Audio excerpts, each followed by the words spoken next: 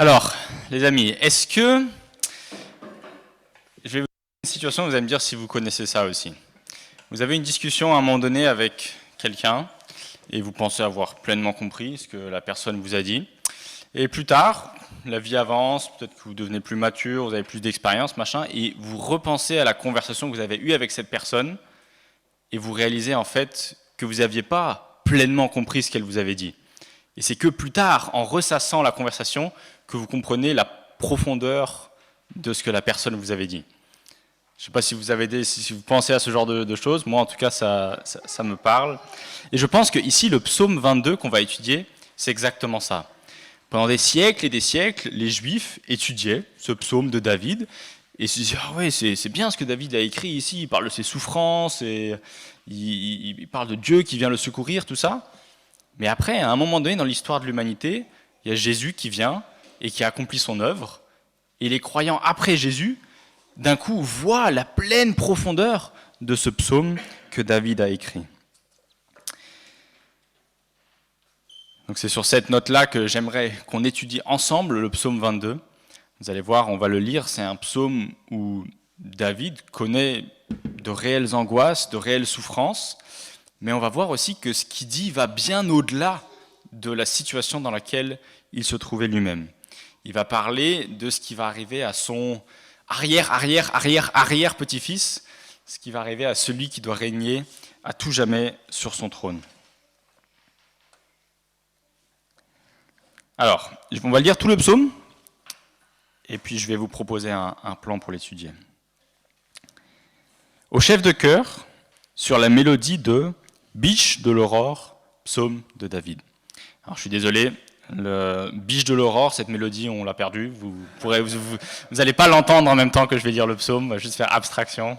Vous pouvez imaginer, si vous voulez, la mélodie de Biche de l'aurore. Mais voilà, je continue juste comme ça. En tout cas, voilà, c'est un psaume de David. Et il commence. Mon Dieu, pourquoi m'as-tu abandonné? Pourquoi t'éloignes-tu sans me secourir, sans écouter mes plaintes? Mon Dieu, je crie le jour et tu ne réponds pas, la nuit et je ne trouve pas de repos. Pourtant, tu es le Saint, tu sièges au milieu des louanges d'Israël. C'est en toi que nos ancêtres se confiaient. Ils se confiaient en toi et toi, tu les délivrais. Ils criaient à toi et ils étaient sauvés. Ils se confiaient en toi et ils n'étaient pas déçus. Mais moi, je suis un ver et non un homme, la honte de l'humanité, celui que le peuple méprise. Tous ceux qui me voient se moquent de moi, ils ricanent, ils hochent la tête et disent « Recommande ton sort à l'Éternel. L'Éternel le sauvera, il le délivrera puisqu'il l'aime. » Oui, tu m'as fait sortir du ventre de ma mère. Tu m'as mis en sécurité contre sa poitrine. Dès ma conception, j'ai été sous ta garde. Dès le ventre de ma mère, tu as été mon Dieu. Ne t'éloigne pas de moi quand la détresse est proche, quand personne ne vient à mon secours. De nombreux taureaux m'entourent. Les taureaux du Basan m'encerclent. Ils ouvrent leur gueule contre moi, pareils aux lions qui déchirent et rugit. Mes forces s'en vont comme l'eau qui s'écoule, et tous mes os se disloquent. Mon cœur est comme de la cire qui se liquéfie au fond de moi. Ma force se dessèche comme l'argile, et ma langue s'attache à mon palais. Tu me réduis à la poussière de la mort. Oui, des chiens m'environnent, une bande de scélérats rôde autour de moi. Ils ont percé mes mains et mes pieds. Je pourrais compter tous mes os. Eux, ils observent, ils me regardent, ils se partagent mes vêtements et ils tirent au sort mon habit. Mais toi, Éternel, ne t'éloigne pas. Toi qui es ma force, viens à mon secours. Protège mon âme contre l'épée, ma vie contre le pouvoir des chiens. Sauve-moi de la gueule du lion et des cornes du buffle. Tu m'as répondu. J'annoncerai ton nom à mes frères. Je te célébrerai au milieu de l'assemblée. Vous qui craignez l'Éternel, louez-le. Vous tous, descendants de Jacob, honorez-le. Tremblez devant lui, vous tous, descendants d'Israël. En effet, il ne méprise pas, il ne repousse pas le malheureux dans sa misère et ne lui cache pas son visage.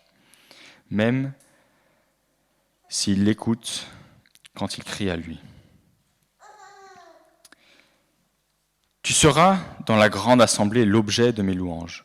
J'accomplirai mes vœux en présence de ceux qui te craignent. Les malheureux mangeront et seront rassasiés. Ceux qui recherchent l'Éternel le célébreront. Que votre cœur vive à perpétuité. Tous les peuples de la terre se souviendront de l'Éternel et se tourneront vers lui. Toutes les familles des nations se prosterneront devant toi. Car c'est à l'Éternel qu'appartienne le règne. Il domine sur les nations. Tous les grands de la terre mangeront et se prosterneront.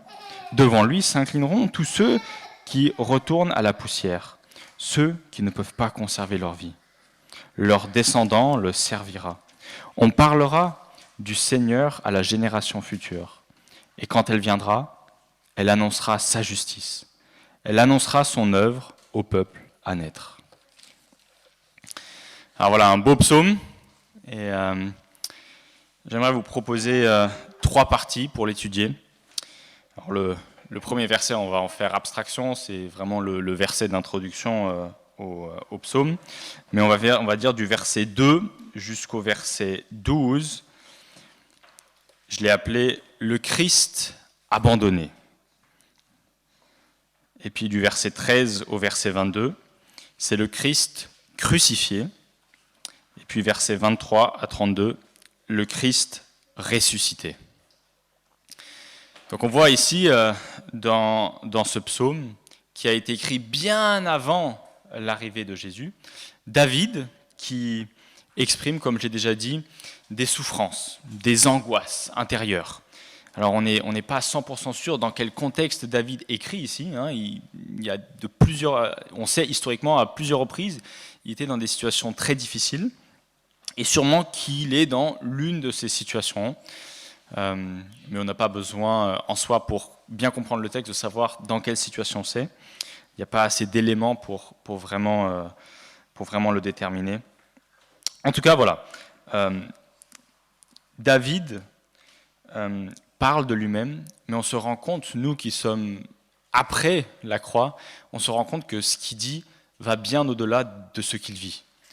Ou alors, on pourrait dire, ce que lui vit, il est en train de donner des images. Il parle de, par exemple, percer mes mains et mes pieds. Et il utilise du vocabulaire qui, lui, littéralement, ça ne lui est pas arrivé. Jamais personne ne lui a percé les mains.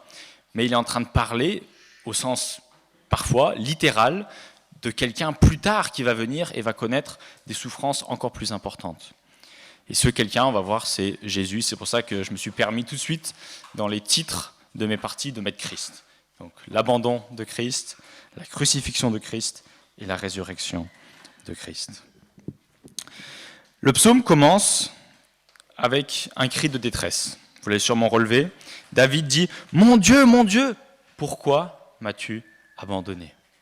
Alors parmi les plus jeunes, les enfants, je pense surtout à Noah, est-ce que ça c'est des paroles qui te semblent familiers ? Est-ce que tu as déjà entendu ce cri de détresse. Mon Dieu, pourquoi m'as-tu abandonné ? Quelque part d'autre dans la Bible que ce psaume.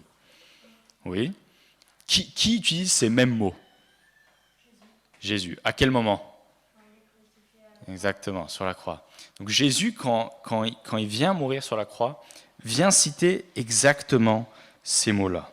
Autrement dit, Jésus est en train de dire, en fait, je donne les premiers mots du psaume, et ce que je suis en train de vivre ici sur la croix, eh bien, c'est tout ce qui va se passer dans le reste du psaume ici. Et Jésus va connaître un abandon d'une manière qu'on ne peut même pas s'imaginer. Il faut se rendre compte de la situation dans laquelle Jésus était. Jésus était aimé du Père. Les évangiles disent qu'ils étaient unis, ils étaient un, très proches. Le verset 11 aussi, je ne sais pas si vous l'avez relevé, « Dès ma conception, j'ai été sous ta garde, dès le ventre de ma mère, tu as été mon Dieu. » Alors, je ne sais pas ce que ça veut dire pour David, je ne vais pas spéculer sur son moment de nouvelle naissance à David, est-ce que ça a été un peu avant sa naissance, je ne sais pas. Mais en tout cas, ce que je suis sûr, c'est que Jésus a été conçu dans le ventre de Marie, et dès le début, à la conception, Christ à la deuxième personne de la Trinité, a revêtu la nature humaine. Et dès le début, Jésus était le Fils du Père. C'est pas venu plus tard, c'est pas venu à la naissance, c'est pas venu au moment de son baptême, mais c'est dès le début, dès la conception dans le ventre de Marie, que effectivement le Père était son Dieu. Et donc Jésus a toujours connu cette relation privilégiée avec son Père. Et bien sûr, on connaît la suite de l'histoire. À un moment donné, Jésus sait ce qui va arriver. Il va devoir porter le péché du monde sur lui. Et le Père, qui ne peut pas supporter le péché, va devoir détourner son regard de son Fils et l'abandonner pendant un certain temps. Et Jésus va vraiment connaître, on peut dire, l'enfer sur cette croix. La chose la plus terrible qui puisse arriver à un être humain, c'est d'être abandonné de Dieu. Alors peut-être que certaines personnes disent « Oh, moi je serais mieux sans Dieu », mais que si Dieu abandonnerait totalement, ce serait la pire des choses qui puissent nous arriver. C'est ça l'enfer, c'est l'absence complète de Dieu. Et même si dans ce monde, peut-être que vous avez l'impression que Dieu n'est pas toujours très présent, eh bien sachez que Dieu est effectivement assez présent pour que ce monde ne soit pas un chaos total. Et la grâce commune continue à agir chez les croyants, tout comme chez les non-croyants. Et sans Dieu, vraiment, ce serait l'enfer sur terre. Et Jésus, c'est vraiment ce qu'il va connaître sur cette croix. Il va connaître le regard de Dieu, du Père, qui va se détourner de lui. Et qui va se prendre toute la colère du Père sur lui. Il y a une chose qui est remarquable aussi dans cette première partie, c'est qu'il n'y a aucune confession de péché. Je ne sais pas s'il l'avait relevé, à aucun moment donné, David, qui pourtant est quelqu'un qui, on le connaît par exemple le psaume 51, il n'a aucun problème à confesser son péché, à demander pardon auprès de Dieu. Ici, il semblerait qu'il n'y a pas de péché. Il semblerait vraiment que c'est une condamnation injuste, que David est méprisé alors qu'il n'a rien fait. Alors bien sûr, on sait que ce n'est pas vrai, David est un pécheur, mais je pense ici aussi, il ne mentionne pas son péché pour parler de son arrière-petit-fils, qui lui, effectivement, ne va jamais pécher et va vraiment subir une injustice totale, une injustice qu'il ne mérite pas du tout. Ça va aussi loin que le verset 7 dit ici, « Mais moi », donc il y a le contraste avec les ancêtres, les ancêtres se confiaient en Dieu et Dieu leur répondait. Il y a un va-et-vient entre voilà, je cherche l'approbation de Dieu et Dieu me la donne. Et le verset 7, David est en train de dire, mais moi je fais ça comme les ancêtres, mais tu ne réponds pas. Moi je suis un ver et non un homme. Ça veut dire je suis le plus malheureux des êtres humains, quelque part on pourrait dire le plus grand criminel. Je suis la honte de l'humanité. Je ne sais pas si vous l'avez relevé, verset 7. Et c'est vrai que Jésus, lorsqu'il est sur la croix, il est réellement, on pourrait dire, la plus grande honte de l'humanité. Dans le sens qu'il prend les péchés de tous ceux que le Père a choisis. Ce n'est pas juste les péchés d'un être humain, mais c'est une foule de péchés. C'est le péché du monde entier qui repose sur ses épaules. Et donc, à ce moment-là, c'est vraiment la honte de l'humanité. Même plus vraiment digne d'être appelé un homme, mais juste un ver. Et bien sûr, du coup, se pose la question, mais pourquoi ? Pourquoi est-ce que Jésus a dû être abandonné de cette manière-là du Père ? Et j'aimerais nous lire quelques versets qu'on connaît bien dans Ésaïe 53, les versets 4 et 5. « Ce sont nos souffrances qu'il a portées, c'est de nos douleurs qu'il s'est chargé. Et nous l'avons considéré comme puni, frappé de Dieu et humilié. Mais il était blessé pour nos péchés, brisé pour nos iniquités. Le châtiment qui nous donne la paix est tombé sur lui. Et c'est par ses meurtrissures que nous sommes guéris. » Très clairement ici, Ésaïe parle du même événement dont David parle ici. Et il dit que c'est pour les croyants que Christ a souffert tout cela. Le péché qui est en nous, la noirceur qui est en nous, mérite que nous vivions ce que Jésus a vécu. Un abandon total de Dieu, être mis à part en enfer. Et pourtant, Christ, par amour, il va dire, ok, je suis prêt à prendre toute cette colère du Père, tout ce regard qui se détourne pour te sauver, toi, qui place ta confiance en moi. C'est vraiment ça, l'Évangile. Et puis ce qu'on remarque aussi, et ce qui transparaît dans ces quelques versets, c'est que Jésus à la croix n'est pas juste abandonné par son Père, mais il est aussi abandonné par les hommes. Je ne sais pas si vous avez déjà pensé à ça, en fait, même ses disciples ne sont plus là. Il va devoir souffrir tout seul sur cette croix. Et même si les souffrances de Christ, bien sûr, la crucifixion est quelque chose de terrible, hein, c'est une torture qu'on ne peut même pas imaginer. Mais encore pire, je pense que les souffrances physiques, c'est le déchirement intérieur qu'il a connu. L'abandon total de son Père et une séparation.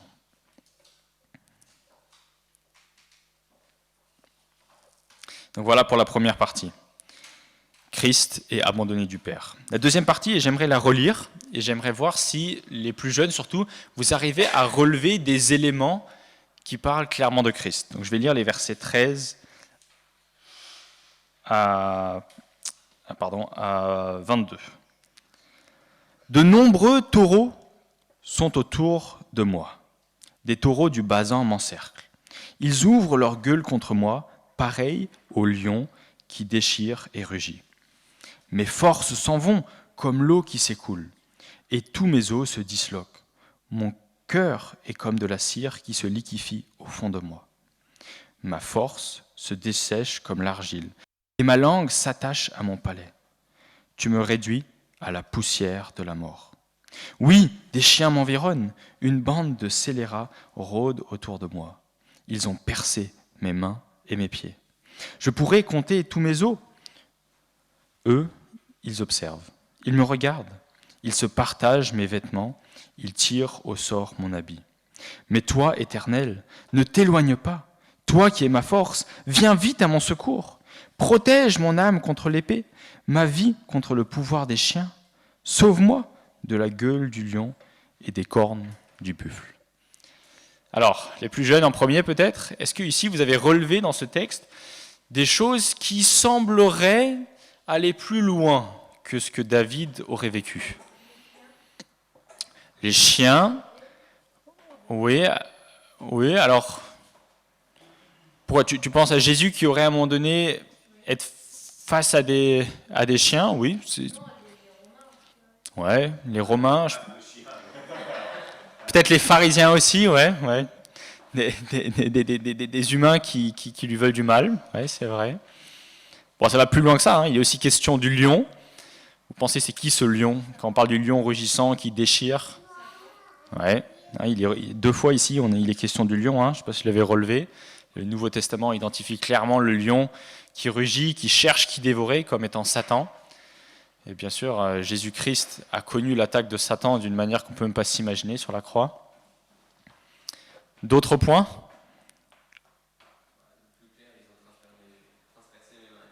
Ouais, très clairement, hein. Ils ont transpercé mes mains et mes pieds. Une description assez claire de ce qu'est la crucifixion.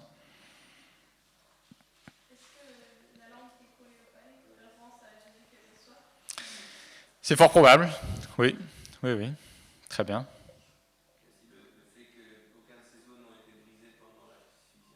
Oui, c'est vrai aussi, hein, avec la lance, exactement.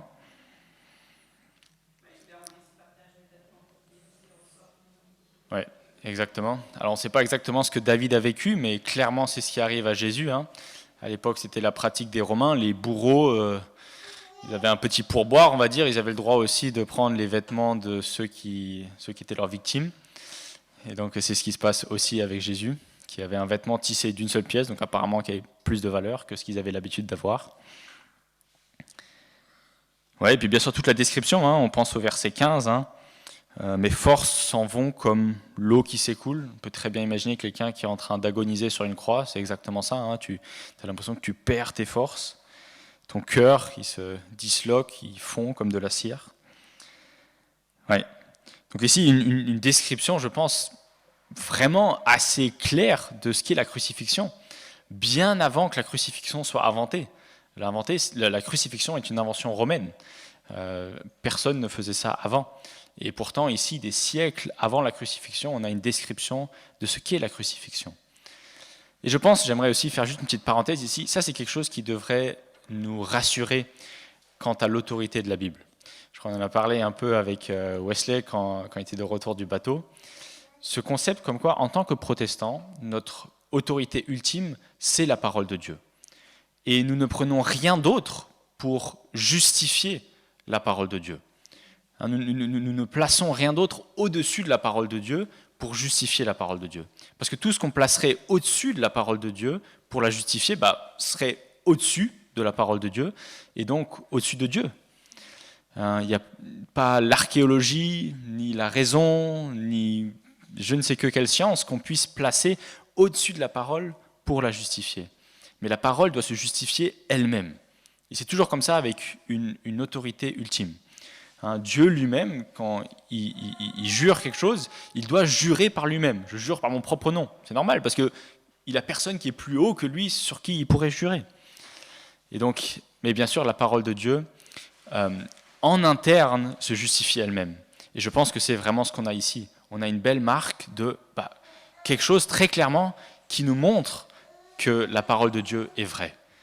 Une prophétie, des choses qui sont annoncées, qui vont arriver plus tard, et dont on sait qu'elles ont été écrites avant. La parole se justifie elle-même. Voilà, juste petite parenthèse, peut-être on en retouchera à un moment donné, mais j'en ai profité parce que l'occasion se présentait bien.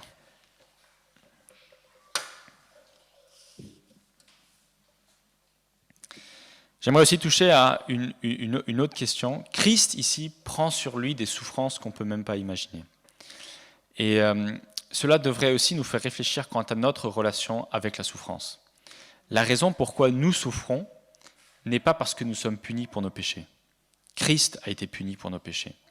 Et c'est Christ qui a pris sur lui la malédiction de nos péchés. C'est lui qui, comme le dit ici le verset 16, est réduit à la poussière.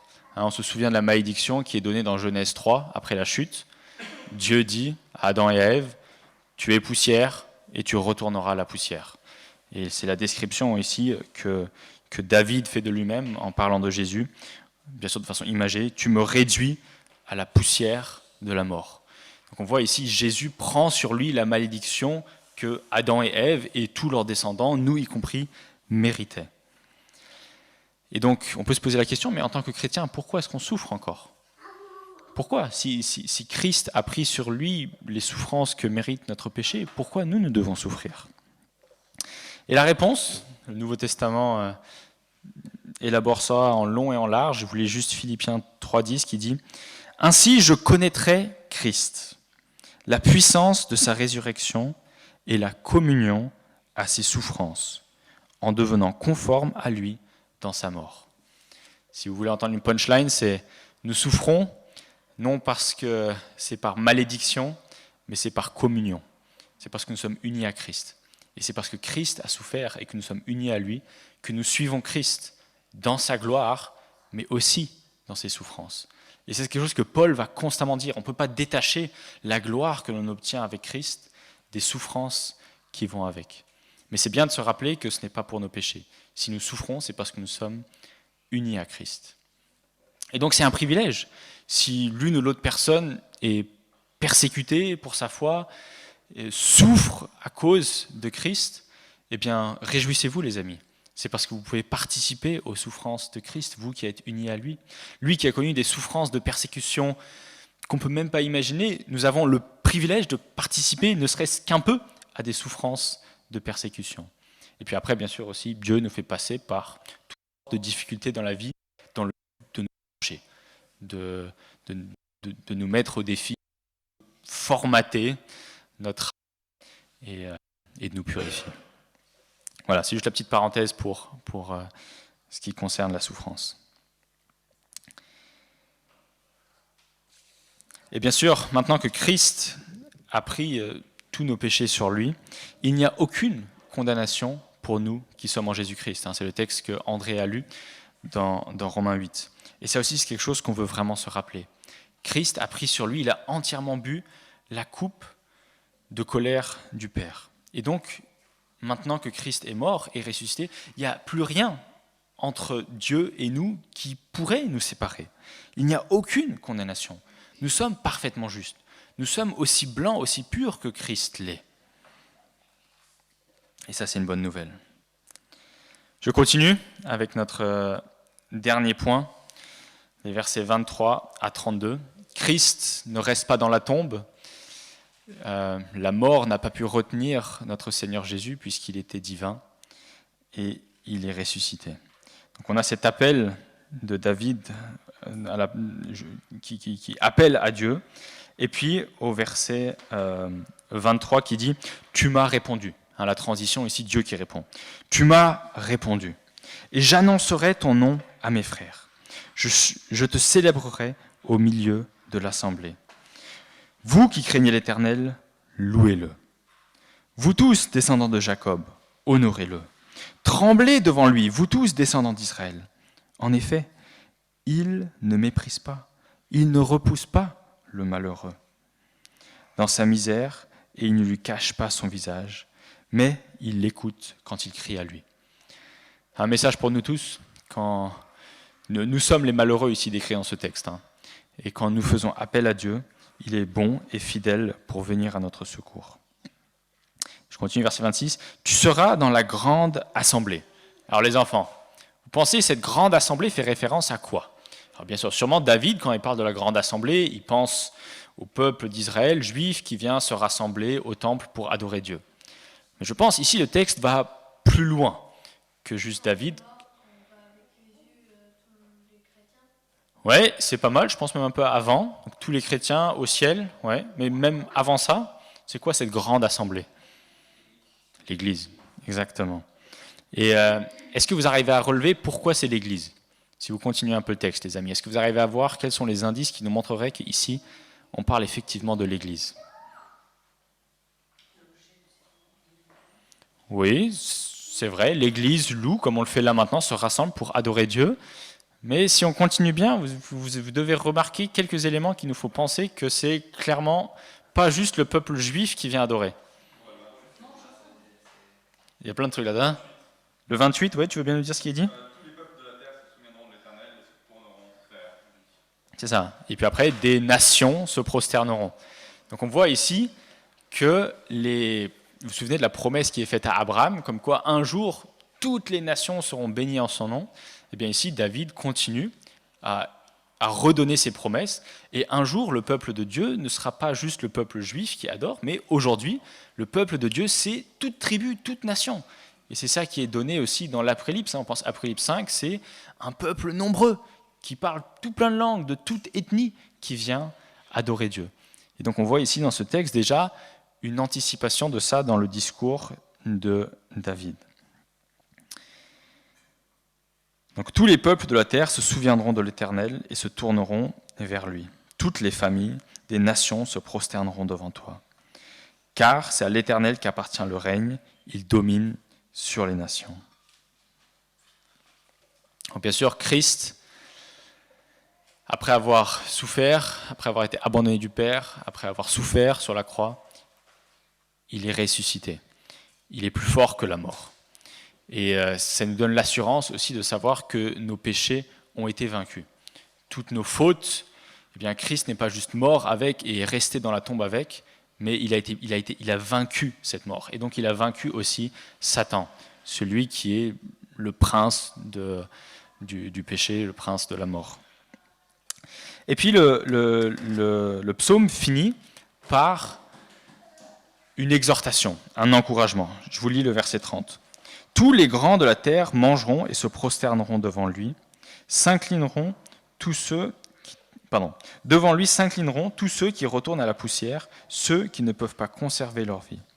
Leur descendant le servira, on parlera du Seigneur à la génération future, et quand elle viendra, elle annoncera sa justice, elle annoncera son œuvre au peuple à naître. » Donc on a un truc ici générationnel, je ne sais pas si vous l'avez relevé. Le psaume ici exhorte que la génération qui arrive, on lui annonce ce vainqueur, ce descendant qui viendra écraser la tête du serpent. Et cette génération-là, quand elle viendra, elle annoncera, elle, la justice. Donc la justice, c'est l'œuvre de Christ qui nous rend justes, au peuple qui vient à naître. Donc vous voyez, il y a un truc générationnel là. On l'annonce à une génération qui, elle, après, l'annonce à la génération qui vient de naître. Et donc ici déjà, on a quelque part le grand mandat, je ne sais plus comment Philippe dit ça en bon français, le mandat missionnaire. Voilà, très bien.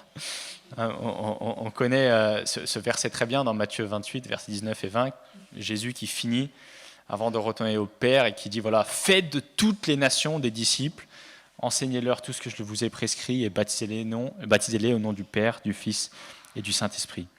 Et ici, déjà dans ce psaume, on a cette exhortation que nous, en tant que descendants du peuple de Dieu, nous devons annoncer la justice obtenue par Christ à la génération suivante. Et donc, c'est une annonce qui est faite, bien sûr, aux gens qui nous entourent, à nos proches, notre famille, nos amis, mais aussi à nos enfants ici. Il est question au peuple à naître. Et donc ça, c'est aussi un encouragement, je pense, à toutes les mamans. Il n'y en a pas trop présents ce matin. Je pense à Hannah, à Laura, Heidi aussi encore, et à tous ceux qui ont encore des enfants et qui font du discipulat à la maison. C'est un encouragement pour vous, ce qu'il y a dans ce texte ici. Donc j'aimerais vous encourager à la maison, annoncer la justice de Christ que vos enfants peuvent obtenir par la foi en Christ. C'est un beau ministère et c'est tout aussi glorieux que celui qui annonce Christ en dehors du domicile. Voilà, j'aimais juste avoir cette petite parenthèse là aussi. Alors je résume et puis on va prier et on s'arrêtera là-dessus. Donc on a un David qui souffre, qui est dans l'angoisse et qui demande à Dieu de le secourir. Un Dieu qui lui répond et David qui est réconforté et qui se sent sauvé, pris en charge par Dieu, on pourrait dire. Et on voit que ce psaume va bien au-delà de ce que David raconte. David ici parle de son arrière, et je ne sais pas combien de générations là, mais on sait que c'est de David que viendra le Messie, et le Messie viendra effectivement, et lui régnera pour l'éternité sur le trône de David, et c'est en lui que s'accomplit réellement ce psaume. Lui qui sur la croix dit « Mon Dieu, pourquoi m'as-tu abandonné ?» qui connaît un abandon horrible, le plus grand abandon qu'on peut imaginer, qui est crucifié pour nos péchés, mais qui est vainqueur sur la mort et qui va nous donner sa justice pour qu'on puisse vivre avec le Père éternellement. Voilà, je m'arrête ici. Un petit rappel de l'Évangile avec le psaume 22. J'espère que c'est un encouragement pour tous. Et on va pouvoir continuer notre culte en chantant et puis en priant. Je prie encore. Seigneur, merci pour ta parole. Merci que ta parole est aussi claire aussi parfois quant à ses prophéties. Ici, ce psaume 22 est une merveilleuse illustration de la vie de Jésus, lui qui a été conçu dans le sein de Marie par le Saint-Esprit, qui est ton enfant. Il peut t'appeler Père dès le ventre de Marie. Il va vivre une vie parfaite. Il n'a pas besoin de confesser quoi que ce soit comme péché, puisqu'il n'y a pas de péché. Et il va prendre sur lui nos péchés. Et ça, c'est la plus grande des merveilleuses nouvelles que l'on puisse imaginer. Merci que tu as envoyé ton Fils pour nous réconcilier avec toi, pour qu'on puisse vivre au ciel pour l'éternité avec toi. Tu es un grand Dieu et on te remercie, Seigneur. Amen.